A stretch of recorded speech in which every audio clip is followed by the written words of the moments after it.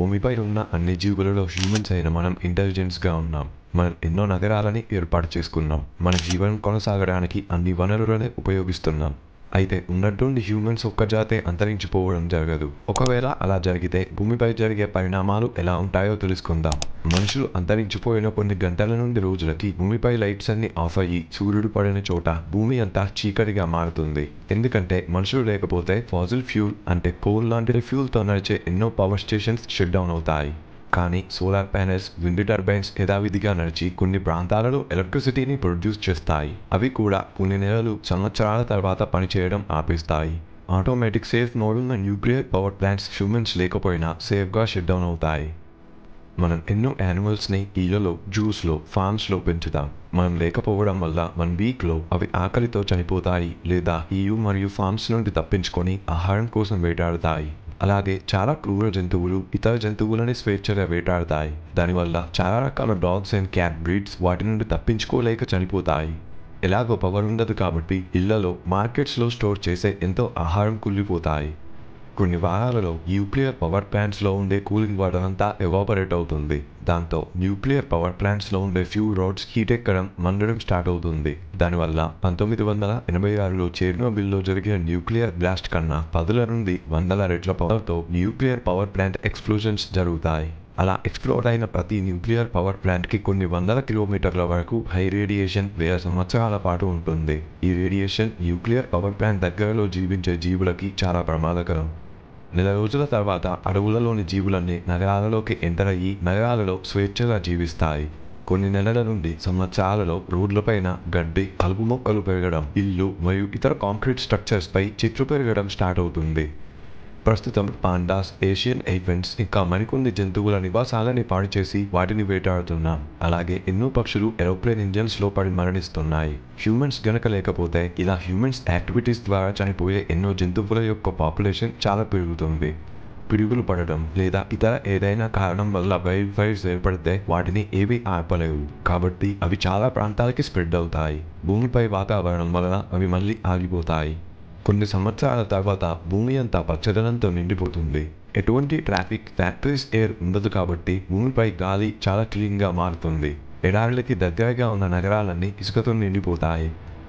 లో ఎర్త్ ఆర్బిట్లో తిరిగే satellites earth యొక్క అట్మాస్ఫిరిక్ బ్లాక్ హోల్స్ కారణంగా కొద్దిగా వాటి ఎత్తుని కోల్పోతాయి. అలా 100 సంవత్సరాల తర్వాత లో ఎర్త్ ఆర్బిట్లో తిరిగే శాటిలైట్స్ భూమిపై పడడం స్టార్ట్ అవుతుంది. 200 సంవత్సరాల తర్వాత భూమిపై ఉన్న అన్ని కాంక్రీట్ స్ట్రక్చర్స్పై క్రాక్స్ రావడం మరియు విరగడం స్టార్ట్ అవుతుంది. అలా హ్యూమన్స్ మెయింటెనెన్స్ లేకపోవడం వల్ల నదుల మధ్యలో మరియు సముద్రాల దగ్గర ఉన్న ఎన్నో నగరాలు నీటితో నిండిపోతాయి. ఎన్నో స్కై స్కాపర్స్పై పిడుగులు పడడం వలన అవి నెలల పాటు మండుతూనే ఉంటాయి. అదే 200 సంవత్సరాల తర్వాత భూమిపై ఉన్న దాదాపు అన్ని మెటల్స్ తుప్పు పట్టిపోతాయి. దానివల్ల మెటల్స్కి అటాచ్ అయి ఉన్న గ్యాసెస్ విరిగిపోతాయి. ఇతర ఆబ్జెక్ట్స్ కూలిపోతాయి. 400 సంవత్సరాల తర్వాత భూమిపై మనం తయారు చేసిన అన్ని వుడెన్ స్ట్రక్చర్స్ చెదలు తినడం వలన ఇక అవి ఉండవు. అలాగే డ్యామ్స్కి ఏవైనా క్రాక్స్, లీక్స్ అయితే వాటిని రిపేర్ చేసే సోర్స్ ఉండదు కాబట్టి డ్యామ్స్ అన్ని కొలాప్స్ అవుతాయి. దాంతో వాటి ద్వారా వచ్చే నీరు ఎన్నో ప్రాంతాలకి విస్తరిస్తుంది. 700 సంవత్సరాల తర్వాత భూమిపై ఉన్న అన్ని వాహనాలు గుర్తుపట్టలేని విధంగా రస్ట్ పట్టి ఎన్విరాన్మెంట్లో కలిసిపోతాయి. కానీ సింథటిక్ రబ్బర్ మరియు ప్లాస్టిక్ వంటివి కొన్ని వందల నుండి వేల సంవత్సరాల వరకు నార్మల్గానే ఉంటాయి. మన బుక్స్ అన్నీ చెదిరిపోతాయి. DVDs, కంప్యూటర్స్ లాంటివి పనికిరాని వేస్టేజెస్లా మారుతాయి. మన దిగిన ఫోటోగ్రాఫ్స్ డికంపోజ్ అవుతాయి.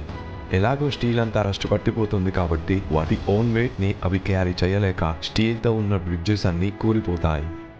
భూమిపై కొన్ని వందల మీటర్స్ ఎత్తుకి మనం నిర్మించిన స్కై స్క్రాపర్స్ అన్ని వర్టికల్ ఎకోసిస్టమ్స్లా మారుతాయి. అవి ఎన్నో జీవులకి నివాసంగా మారుతాయి. మనుషులు అంతరించిపోయిన తర్వాత జంతువుల జనరేషన్స్ మారుతున్న కొద్దీ జంతువుల జాతులు క్రూరంగా మారడం జరుగుతుంది. 1000 సంవత్సరాల తర్వాత మనం సముద్రాలని మురికిగా, చెత్తగా చేసిన కండిషన్స్ నుండి సముద్రాలు మళ్ళీ క్లీన్గా మారుతాయి. అలాగే సముద్రంలోని జీవం పెరిగి సీ ఫుడ్ చైన్ స్ట్రాంగ్గా అవుతుంది. అలాగే అదే సమయంలో మనం నేల లోపల నిర్మించిన టనల్స్, సబ్వేస్, కేవ్స్ అన్నీ కుప్పకూలిపోతాయి. 1200 సంవత్సరాల తర్వాత ఈఫిల్ టవర్ లాంటి ఐరన్ స్ట్రక్చర్స్ విపరీతంగా తుప్పుపట్టి బలమైన గాలికి కూలిపోతాయి. అలా స్టీల్ మరియు గ్లాస్తో నిర్మించిన స్కై స్క్రాపర్స్ అన్నీ కూలిపోతాయి. 1400 సంవత్సరాల తర్వాత విజిస్ tower, empire state building, Burj Khalifa లాంటి భారీ భవనాలలో కాంక్రీట్ వీక్ అయ్యి అలాంటి ఎత్తైన భవనాలు కూలడం స్టార్ట్ అవుతుంది. 2000 సంవత్సరాలలో మనిషిచే తయారు చేయబడిన దాదాపు అన్ని కట్టడాలు కూలిపోతాయి. 2500 సంవత్సరాల తర్వాత మనిషిచే తయారు చేయబడిన 99.99% కట్టడాలు గుర్తించడానికి ఆనవాళ్లు లేకుండా కనుమరుగైపోతాయి. అలా అన్నింటిపై మట్టి పేరుకుపోయి వాటిపైన చెట్లు పెరగడం స్టార్ట్ అవుతుంది. మనం నిర్మించిన ఎన్నో నగరాలు పెద్ద అడవులుగా మారుతాయి. 10,000 సంవత్సరాల తర్వాత అసలు మనుషులు మోడర్న్ సివిలైజేషన్గా భూమిపై నివసించేవారనే ఆనవాళ్లే ఉండవు. భూమి అంతా అడవులతో, ఎడారులతో, సముద్రాలతో ఎటువంటి ఇంటెలిజెంట్ సివిలైజేషన్ నివసించేవారనే గుర్తులే లేకుండా ఉంటుంది. కేవలం 0.1% తప్ప. అవును, మనుషులు అంతరించిపోయిన 10,000 సంవత్సరాల తర్వాత కూడా కొన్ని గుర్తులు ఉండే అవకాశం ఉంది. గ్రేట్ వాల్ ఆఫ్ చైనా మొత్తం కొండలలో కలిసిపోతుంది, కానీ వాటి యొక్క ఆనవాళ్లు అక్కడక్కడ ఉంటాయి. ఈజిప్ట్ పిరమిడ్స్ మనిషి అంతరించిపోయిన 10,000 సంవత్సరాల వరకు ఉంటాయి, కానీ ఈజిప్ట్ ఎడారిలోని ఇసుకంతా పిరమిడ్స్ని కప్పేస్తుంది. అవి ఇసుక లోపల పేరుకుపోయి ఉంటాయి. యుఎస్ఏలోని హూవర్ డ్యామ్ని చాలా స్ట్రాంగ్గా నిర్మించారు. అది ఇన్ని సంవత్సరాలలో కూలినా కూడా అది అక్కడున్నట్టు ఆనవాళ్లు కనిపిస్తాయి. అలాగే యుఎస్ఏలోని రష్మోర్ మౌంటైన్ పై నిర్మించిన 4 యుఎస్ ప్రెసిడెన్సీ యొక్క రాయి శిల్పాలు 10,000 సంవత్సరాలే కాదు 1,00,000 సంవత్సరాల వరకు చెక్కు చెదరకుండా ఉంటాయి. అలాగే ఇండియా, ఈజిప్ట్, మాల్టా, టర్కీ ఇలాంటి దేశాలలో పురాతన ఆలయాల యొక్క కట్టడాల ఆనవాళ్లు కనిపిస్తాయి.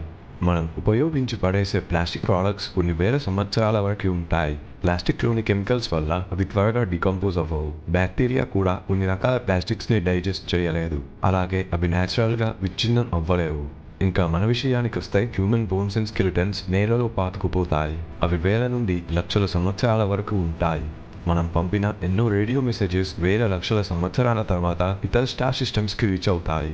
అలాగే మనం సుదూర అంతరిక్షంలోకి పంపిన వోయేజర్ లాంటి స్పేస్ క్రాఫ్ట్స్ని ఏ స్పేస్ డెబ్రీ కొట్టకపోతే అవి వేల లక్షల సంవత్సరాల పాటు అంతరిక్షంలో ట్రావెల్ చేసి ఇతర సోలార్ సిస్టమ్స్కి రీచ్ అవుతాయి.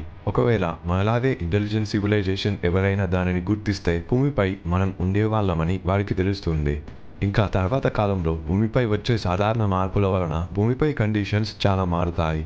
ఫైనల్గా చెప్పేది ఏంటంటే, మనుషులు భూమిపై లేకపోతే భూమికి ఏమీ కాదు. భూమి సోలార్ సిస్టంలో లేకపోతే సోలార్ సిస్టమ్కి ఏమీ కాదు. సోలార్ సిస్టమ్ గెలాక్సీలో లేకపోతే గెలాక్సీకి ఏమీ కాదు. మన గెలాక్సీ ఈ విశ్వంలో లేకపోతే ఈ విశ్వానికి ఏమీ కాదు.